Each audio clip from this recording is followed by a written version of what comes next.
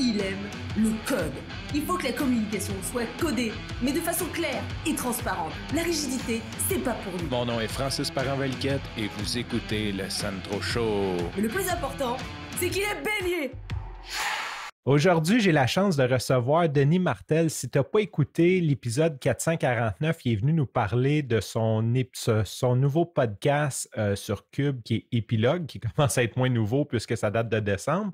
On avait parlé un peu de comment on fait pour se faire produire par Cube, c'est quoi la démarche derrière, c'est quoi sa démarche. Quand je te l'ai présenté, je t'ai dit qu'il est un stratège numérique à son compte, il y a plusieurs gros clients à son actif. Il est prof de cégep au Collège de Limoilou et au Collège Barthes.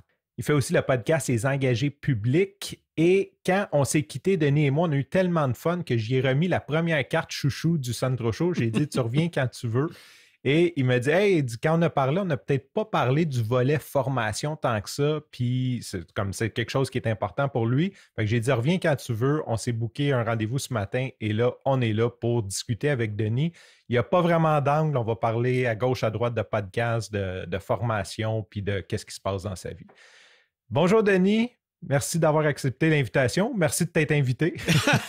Salut Sandro. Merci de m'accueillir comme ça. On a parlé que tu étais formateur au Collège Barthes et au Collège de Limoilou. Tu as un programme que tu fais avec Jeff Bérard que j'ai eu la chance de rencontrer en personne. J'ai comme juste fait le lien par après que tu étais comme avec Jeff là-dedans parce que je savais que Jeff enseignait au cégep le podcasting. En fait, le programme s'appelle Balado et Streaming, Conception, Production, Diffusion et Promotion, qui est un programme fait en formation continue. Guide-nous vers, mettons, je suis intéressé au podcast, qu'est-ce que cette formation-là va m'apporter? Tant qu'à faire des mises à jour de nouvelles, de nouveautés, effectivement, j'étais professeur en marketing numérique au Collège Barthes, parce que j'ai arrêté là, en janvier, fait que tu ne pouvais pas savoir. Ça me permet de te l'annoncer. Je suis vraiment trop occupé, il a fallu que je priorise. Au cégep de Limoilou, je suis à la formation continue. Je donne un cours en marketing numérique et je donne aussi un cours qui s'appelle Balado et Streaming, comme tu viens de le dire. Je le donne en collaboration avec Jeff Bérard, effectivement. Donc, c'est un cours qu'on donne à deux. C'est super dynamique. C'est des échanges. Là, dans chacun des cours, c'est comme un jeu entre nous. Chacun notre tour, on y va de notre domaine et où on prend le pôle, par exemple, sur nos forces.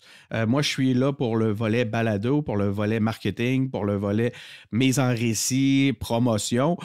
Jeff, lui, est là pour le volet web diffusion. Il nous parle de Twitch, il nous parle de Facebook Live, il nous parle d'OBS, il nous montre à faire du montage vidéo. On se partage là, la matière de cette façon-là. Ce qui fait que j'ai d'habitude, je te dirais, étant assez sévère avec mes propres productions, je me lance rarement des fleurs au premier degré comme ça, bien que je sois une personne imbue de lui-même. Bon, la vérité, c'est que je suis quand même capable de constater qu'on fait vraiment un bon travail. Puis ça donne un super bon cours, honnêtement. Qu'est-ce qu'on y retrouve? Justement, c'est nos apprentissages. De toute façon, je pense que tu sais un peu c'est quoi Sandro, ce milieu-là. C'est un milieu qu'on développe, hein, veut pas. C'est pas, oui, tu peux aller lire puis aller chercher l'expertise ailleurs. Cela dit, les meilleurs apprentissages sont ceux qu'on fait sur le terrain en faisant. Puis c'est ça, après 2-3 ans maintenant là, d'expérimentation, à en faire à toutes les semaines, à en faire pour des clients, tout ça, ben on a réuni nos principaux apprentissages, nos points clés et on en a fait un cours. Fait que, comme je te dis, vu que c'est issu beaucoup de mon background de stratégie numérique, c'est la stratégie, c'est la planification en stratégie de contenu. Donc, à savoir comment tu vas faire ta structure d'épisode, comment tu vas faire ta mise en récit, ce genre de trucs-là, mais en fonction de tes apprentissages puis de ton analyse stratégique dans un premier temps. Après ça, on va passer en mode captation, on va regarder les bonnes pratiques d'animation, et ainsi de suite. J'ai beaucoup d'invités aussi. Hein? D'ailleurs, un jour, assurément, je vais t'inviter, Francis. Je veux une carte chouchou. Ça va être, ouais, on va te faire une carte chouchou dans le cours balado et streaming du cégep de Limoilou. Puis ensuite de ça, donc, captation audio, mais aussi captation vidéo. On fait aussi un gros survol des bonnes pratiques en termes de matériel, tout ce qu'on a appris. Puis c'est drôle parce que hier, écoute, je vais en finir par te donner la parole, te laisser parler, mais quand tu me lances là-dessus, c'est comme un dîner de con. Là. Si vous voulez gagner votre dîner de con, invitez-moi à parler de balado puis de streaming chez vous. Vous allez gagner assurément. Je suis pas pire. Si on est tous les deux en même temps. Je pense que ça va être ex-aequo. Un combat de dîner de con. Si on se retrouve au même dîner un jour avec du monde qu'on connaît plus ou moins, on va se méfier, OK? Fait que c'est ça, captation. Ensuite de ça, ben, post-production. Et ensuite de ça, ben, le volet promotion. Parce que ce que j'aime vraiment, ce que j'aime dire quand je suis dans mes cours et aussi quand je parle à l'importance, là, quand on cherche à intégrer la balado ou le streaming dans une stratégie numérique, ce que j'aime dire à mes clients, c'est qu'il y a d'excellents balados qui sont passés sous le radar et il y a de très mauvais balados qui ont eu beaucoup de succès. Puis il y a une raison à ça, ben souvent, c'est la promotion. Je voudrais qu'on revienne à ça, la promotion, peut-être si tu as des trucs plus tard, mais on dirait que veut pas, je pense que c'est le sujet de l'heure. Avant, ce cours-là se donnait en personne. Oui, c'est vrai. En fait, quand moi, ça a été tout planifié avant le confinement, puis on parlait même pas encore de pandémie quand j'ai fait la proposition au cégep, puis qu'avec vraiment, là, je dois porter à leur crédit leur vision là-dedans parce que c'était pas nécessairement évident. Là. Il n'y avait personne vraiment qui parlait de ça tant que ça là, quand je leur en ai parlé, mais ils ont vu le potentiel. Et écoute, puis quelques mois, là, on est en train de monter tout ça, tu sais, suite à leur approbation, parce qu'ils ont, je mets des guillemets, là, acheté le concept. Pendant la préparation, bam, on est tombé en confinement. En fait, dans un certain sens, ça a eu beaucoup d'avantages. Comme par exemple, Jeff est à Blainville. Moi, je suis à Québec, je suis à Charlesbourg, tu sais. Puis le cégep est à Limoilou. Donc, on avait un sérieux... Tu sais, déjà, on avait une partie qui allait se faire à distance. Mais en tombant complètement à distance, on a réajusté les choses. Puis je pense que ça a eu un impact important aussi sur le nombre d'inscriptions. On a vu dans notre courbe d'acquisition d'étudiants, d'élèves, d'inscription, une forte hausse là, à partir du moment où on est tombé en confinement. Oui, puis il y a le confinement, puis aussi, comme tu dis, en virtuel, je veux dire, il n'y a pas de limite. Moi, si je veux faire un cours au cégep, ça va être le cégep de Rosemont ou peut-être, je vais peut-être aller un peu plus loin, mais je vais choisir dans ces cours-là, tandis que là, vous vous ouvrez au Québec au complet, voire peut-être même plus loin, là. Oui, ben, en fait, d'ailleurs, dans le premier cours, on a c'est ce qu'on fait souvent, c'est on va faire un tour de table. On va un tour de classe, où on va inviter chaque étudiant à nous expliquer, à nous dire premièrement à se présenter, à nous dire où ils sont. M'intéresse pas de savoir d'où ils viennent. Ce que je veux savoir, c'est où ils sont parce que ça amène un élément de contexte intéressant. Et c'est quoi leurs attentes dans le cadre du cours? C'est ce qui nous permet. Fait que là, on fait le tour comme ça avec tous les étudiants. Ça prend un certain temps, mais ça apporte vraiment une richesse à la personnalisation du cours pour la suite. Parce que là, moi et Jeff, à ce moment-là, ce qu'on fait, c'est dans tous nos exemples, on vient focaliser sur des éléments, des objectifs, des attentes qu'on a entendus au premier cours. Fait que ça rend la chose plus intéressante parce que on essaie de l'axer le plus possible sur des préoccupations que nos étudiants ont réellement. C'est très important pour nous d'avoir un volet très concret là-dedans. Tu sais, il y a tout le volet stratégique au début qui, à un moment donné, tu peux faire « Oh, OK, je ne savais pas que ça pouvait avoir cet apport-là, le volet stratégique. » Mais si on s'arrêtait à l'aspect stratégique et à l'aspect théorique, là, les étudiants, ils ne sortiraient peut-être pas encore suffisamment outillés.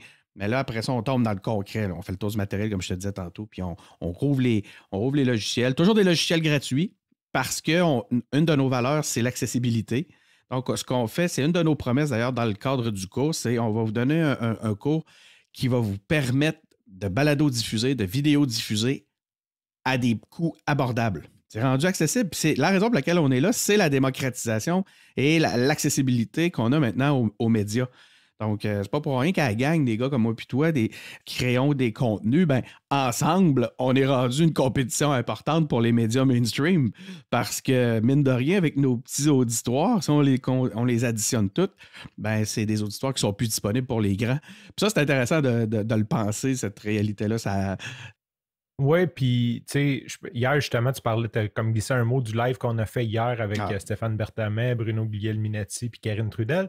Très bon. Justement, Stéphane, il a parlé justement de ça, de la démocratisation, puis c'est tellement comme... Moi, je trouve ça magique. À tous les jours, je me mets enregistré.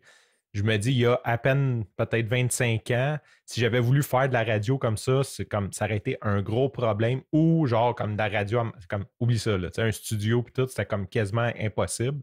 Et aujourd'hui, comme tu dis, un téléphone cellulaire et une connexion Internet, puis tu es correct pour lancer.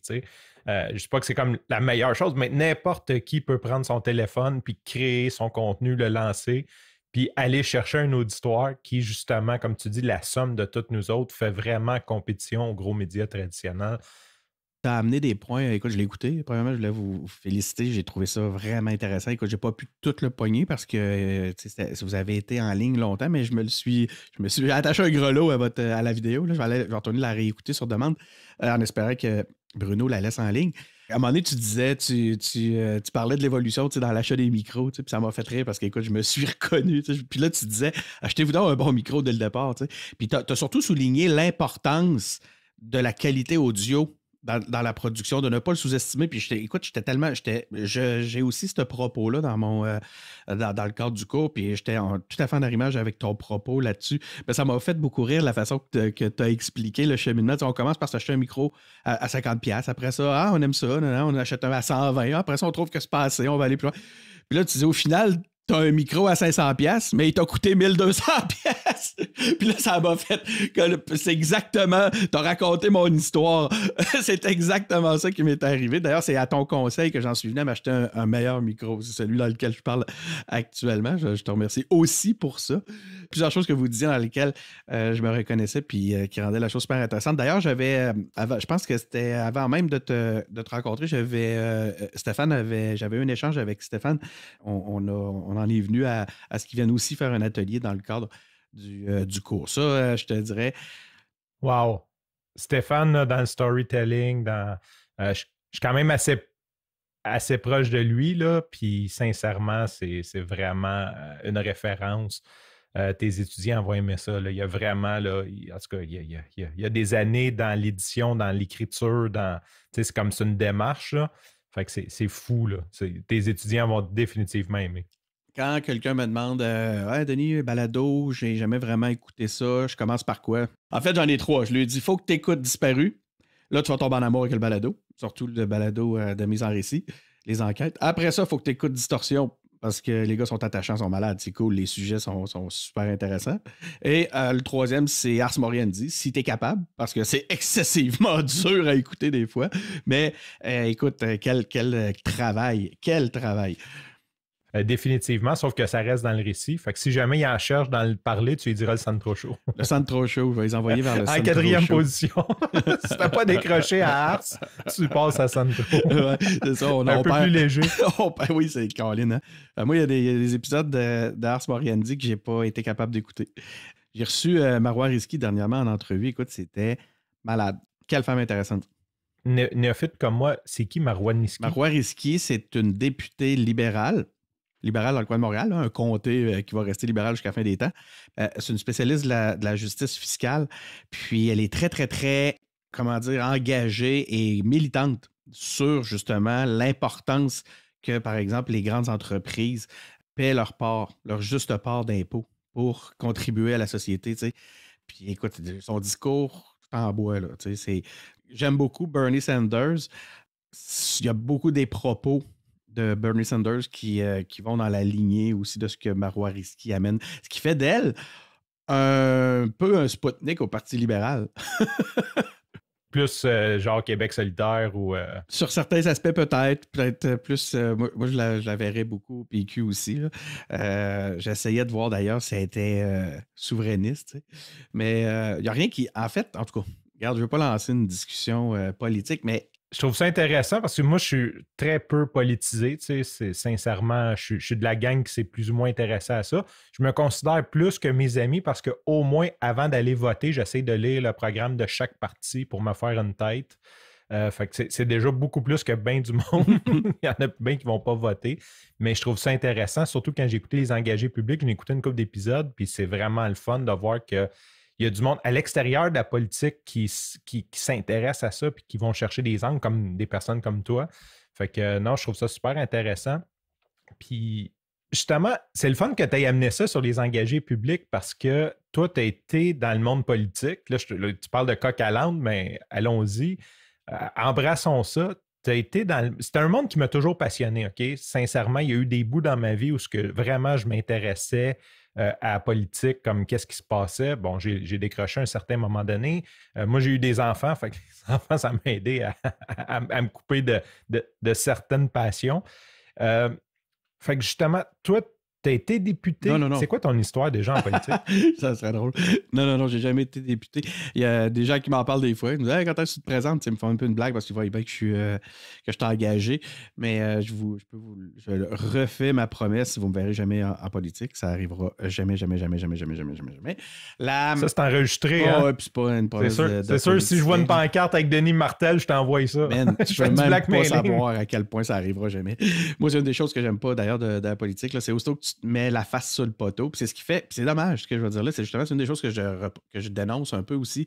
C'est qu'aussitôt que tu te mets la face sur un poteau, tu t'exposes à toutes les petites attaques, les niaiseries, le taponnage, les crinqués, puis tout. Puis ça, c'est un peu une valeur qu'on défend aux engagés publics, à savoir que l'humain vient avant le parti.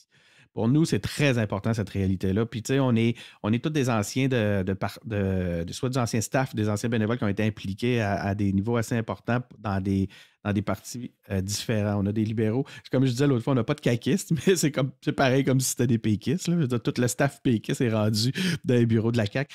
On sait juste qu'ils doivent être trop actifs pour pouvoir venir nous parler. Là, on a souvent des caquistes. Par contre, en entrevue, j'avais M. Kerr. Juste avant Marois Risky, j'avais Éric Kerr en entrevue. Donc, c'est ça. On a des libéraux, des péquistes puis des QS, comme c'est là. On a des gens qui vont à gauche jusqu'à une pensée plus à droite. Par contre, on partage toutes des valeurs progressistes et on fuit les extrêmes. Parce que, justement, pour nous, ce qui est important, c'est qu'il reste le respect de l'individu prime sur les partis.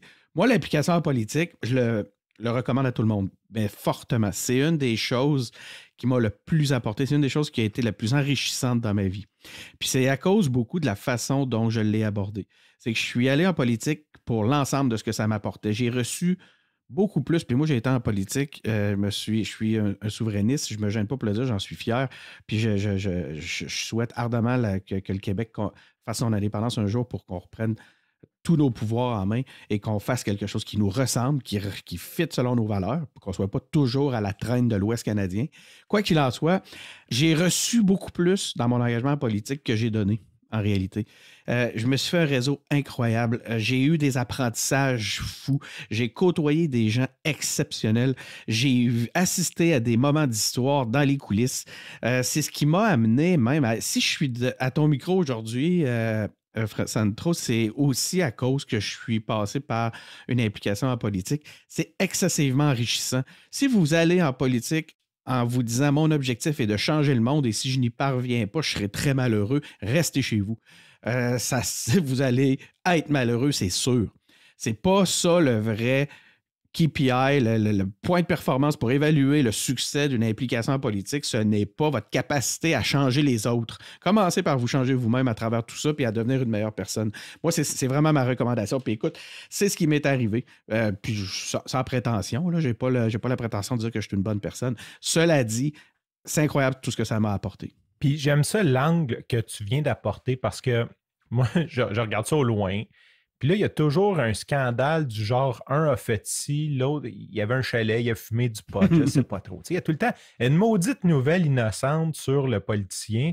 Puis je me dis, comment tu veux qu'on s'intéresse à la politique si tu n'as pas le droit à l'erreur en politique? On fait des drames avec des choses. C'est quoi? On veut qu'ils soient surhumains, mais qui nous représentent. Il y a beaucoup de paradoxes comme ça. Oui, il va prendre son char chaud, puis il va péter une ballonne, va aller en prison. On va conduire un char à pétrole, pas juste un char électrique. Moi, c'est quand je vois des photos de politiciens qui posent fièrement devant leur voiture électrique, je me dis, tabarnouche, on est rendu à ce niveau de débat-là.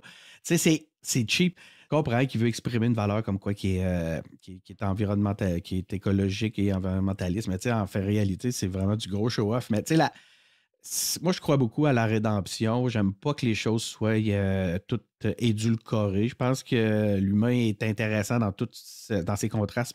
C'est là qu'il est le plus riche. Mais tu sais, c'est sûr que il y a des choses qu'au point de vue des valeurs, justement, après ça, c'est à nous aussi de voter pour les valeurs qui nous représentent. Là, tu sais, il y a des limites, on s'entend. Cela dit, cette pression-là qui est demandée sur nos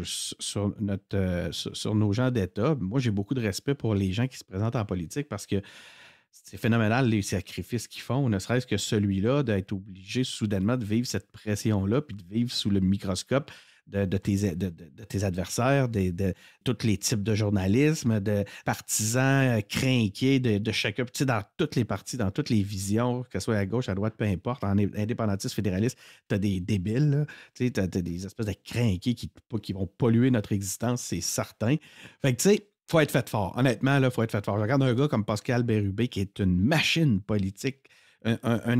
Si la politique n'existait pas, c'est sûr qu'il l'aurait inventé. Il veut dire, il est fait pour ça. Puis c'est phénoménal. Tu te dis, waouh, comment il fait? Tu sais, il est très, très, très bon en plus dans ce qu'il fait. Cette pression-là, pour en revenir à ça, que tu évoques, fait aussi qu'on se prive d'excellents candidats, d'excellentes candidates qui choisissent de continuer à offrir leurs services et toute leur qualité dans un contexte privé parce que, justement, ils voient le climat un peu malsain puis ils se disent pourquoi je ferais ça, là, c'est dommage. Nous, c'est un peu une motivation aussi des engagés publics, c'est de valoriser l'implication en politique, c'est de juste sortir de la clip, laisser le temps au monde de parler, de s'expliquer, de donner un espace. Il n'y a plus d'espace où à part, tu iras voir l'entrevue avec Marois Risky, là, on parle 45 minutes, je pense. Tu sais, quand la dernière fois que tu as entendu un politicien avoir le droit de s'exprimer 45 minutes, pas juste pogner la clip qui le fait mal paraître ou la clip qui va vendre. Mais là, on en revient à la pression aussi sur les médias. T'sais. Les médias, ils ont une pression de performance. Puis tout ça crée une spirale qui fait qu'on a le monde aujourd'hui qu'on mérite, dans lequel on vit. Tu parlais de la pression. Moi, j'ai un gros respect juste pour la campagne électorale parce que t'es 3, des fois 4 partis. Tu pars, c'est quoi, c'est 50, 60 jours? Officiellement, c'est 30 jours, sauf qu'effectivement, il y a, aujourd'hui, on parle beaucoup plus de campagne continue, un peu un modèle à l'américaine, où même si nous, les élections sont déclenchées pour une période de 30 jours, ben, il reste que stratégiquement, les partis les plus avisés vont travailler à longueur d'année. C'est une des particularités d'ailleurs de Pascal Bérubé, où il y a une présence terrain qui fait qu'il n'est jamais oublié. Mettons, demande à quelqu'un, là, pendant 30 jours, là, tu vas quitter ta famille. Dis pas c'est quoi le job, là. Puis tu vas te promener en autobus, en avion, tu vas aller te servir des cafés. Tu sais, comme, explique un peu là, la campagne sans dire que c'est une campagne électorale, là. Puis tu as une chance sur 4 d'avoir la job à la fin, là, ou d'avoir comme... Écoute, je pense que tu en perds juste cette motivation-là. Surtout, comme, on s'entend qu'il y a des châteaux forts. Fait que quand ils te mettent d'un comté que... Regarde, ça a été libéral depuis 100 ans. Écoute, à moins d'un revirement comme la vague orange qu'on a connue, là, oublie ça. Là, je veux dire, tu vas te promener, mais c'est juste pour aider les autres de ton équipe à être sur le terrain. C'est pour ça que je dis que si ce que tu vas chercher, c'est le désir de gagner à tout prix, le désir de changer les choses en ton sens, d'avoir un pouvoir sur les autres, tu risques d'être un peu malheureux. Ils sont très peu à avoir réussi à combler ces attentes-là en politique. Là. Je reviens, on fait du coq à l'âne. Je reviens un petit peu à ta formation parce que c'est un petit peu ça qu'on voulait parler. Avant, à Barthes, tu étais en présentiel ou tu as toujours fait ça à distance? Barthes, j'ai toujours fait à distance. J'ai fait 7-8 ans, 8 ans, je pense, d'enseignement à distance. Écoute, on faisait ça avec Adobe Connect, qui était un logiciel qui était so-so au point de vue c'était pas comme aujourd'hui avec les beaux Zoom là, ton écran est rempli puis tu vois le monde puis tout, genre t'es dans le coin de l'écran comme professeur petit, tu partages ton matériel d'enseignement puis tu vis avec les bugs là. C'était quand même pas la fin du monde là, je te parle pas des années 90 non plus là, mais ça a toujours été à distance. Le cégep, par contre, okay. Ça a toujours été... J'ai commencé en présentiel. Le cégep, ça fait 4 ans que je le fais. Ça a commencé en présentiel. Et c'est drôle parce qu'on commençait à expérimenter.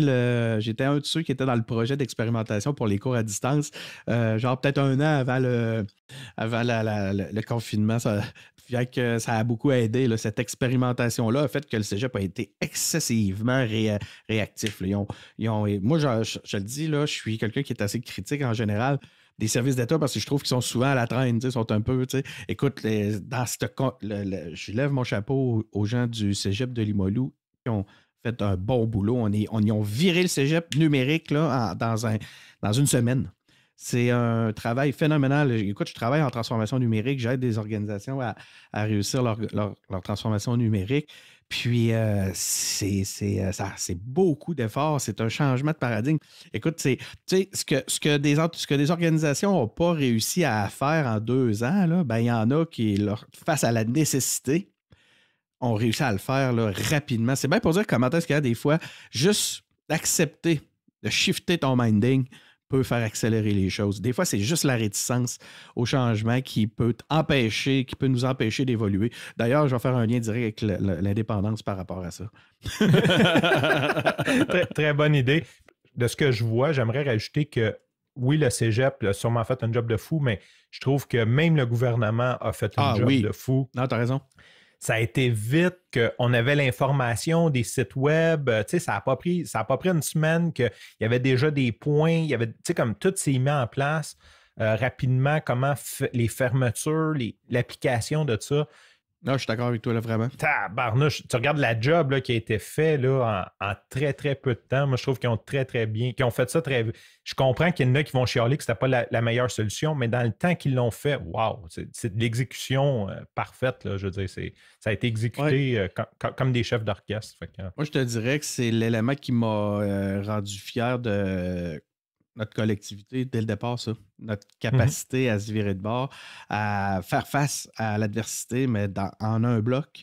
J'ai été ému de tout ça initialement, moi, vraiment, de voir. Là après, il y a eu, on a fait comme on fait de notre mieux. Ça n'a pas toujours été parfait, mais le mindset avec lequel on s'est retrouvé du jour au lendemain, où ce que là, on s'est, malgré nos différences, malgré nos chicanes, malgré tout, on s'est tout retrouvé collectivement au Québec et on s'est mis à travailler tout ensemble pour affronter un défi. Honnêtement, c'est le genre de choses que je trouve admirable. J'aurais aimé que ça reste dans ce sens-là. Malheureusement, à un moment donné, ça s'est mis à se splitter. Avant de te laisser, ça fait déjà un bout qu'on jase. Tu as parlé que tu faisais de la promotion pour les podcasts, que dans le fond, dans la formation, c'est toi qui s'occupais de parler de promotion. J'ai un podcast, un truc pour promouvoir mon podcast en 2021. Ben, c'est de te doter d'un plan, de te faire... d'avoir une idée de ce que tu veux faire. Premièrement, ce qu'on a besoin comme podcasteur, la première chose, c'est de se faire connaître. Faire connaître qui on est, faire connaître notre produit. Fait que la notoriété est un élément important. Le problème et la solution, c'est que c'est pas évident aujourd'hui, si tu n'as pas un minimum d'investissement, de réellement percer au point de vue de la notoriété.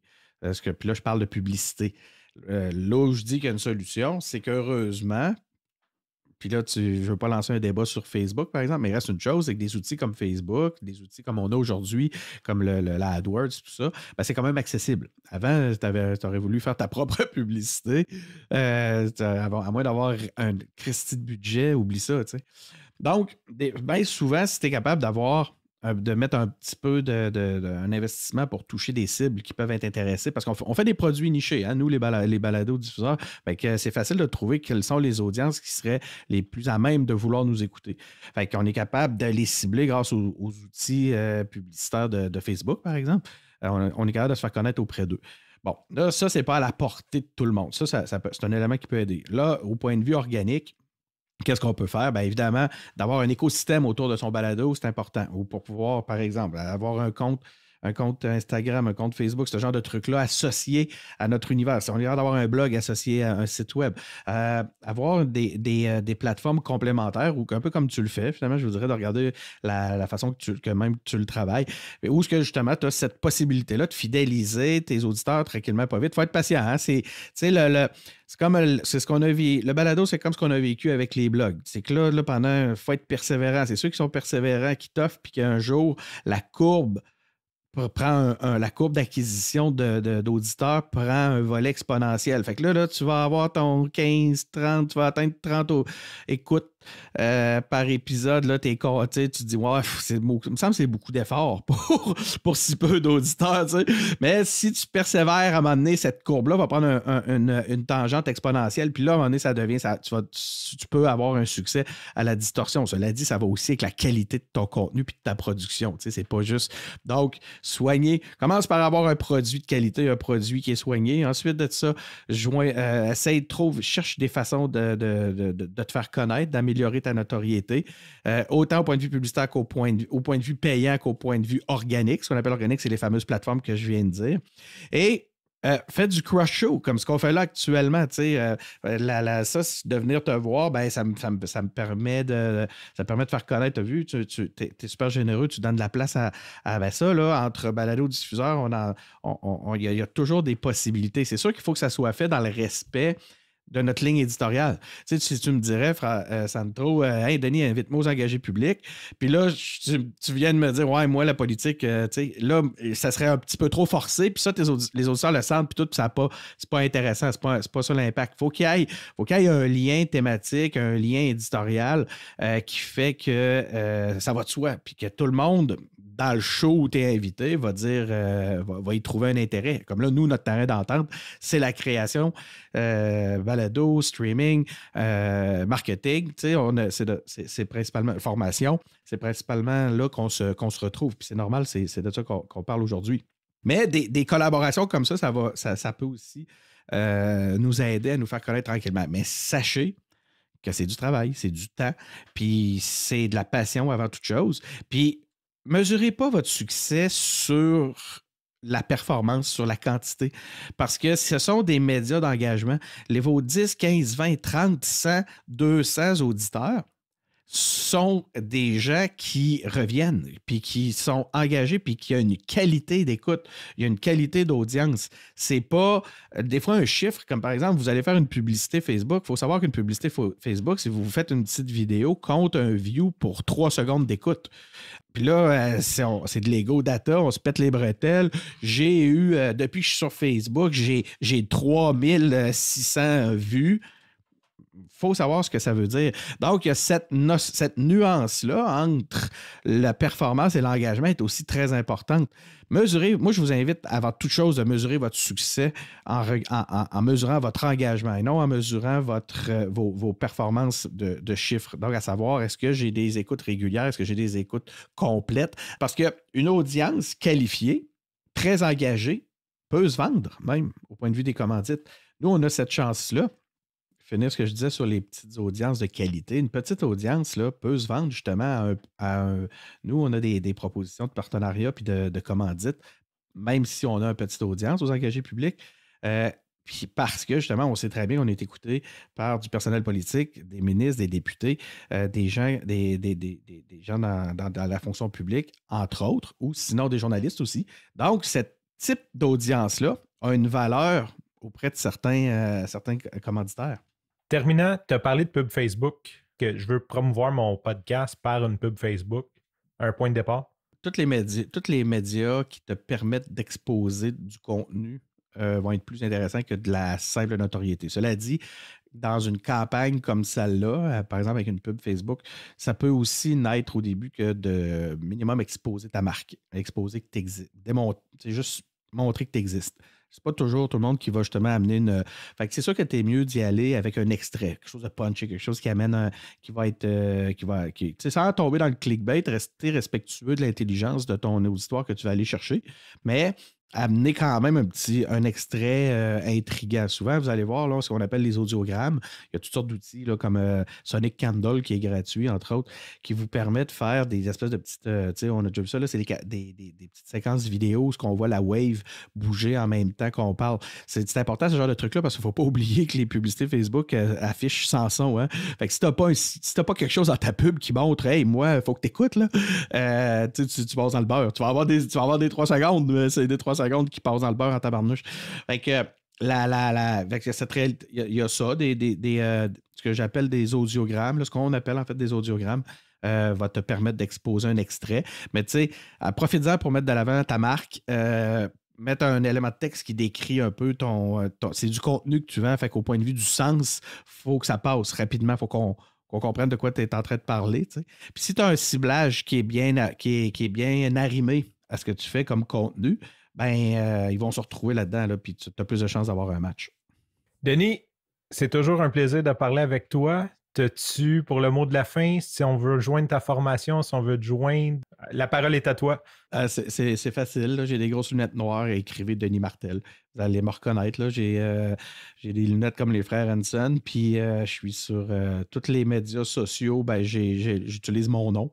Donc, je suis facile à trouver. Pour le cours, ben, vous pouvez aller voir sur le site web du Cégep de Limoilou. Ça s'appelle Balado et Streaming.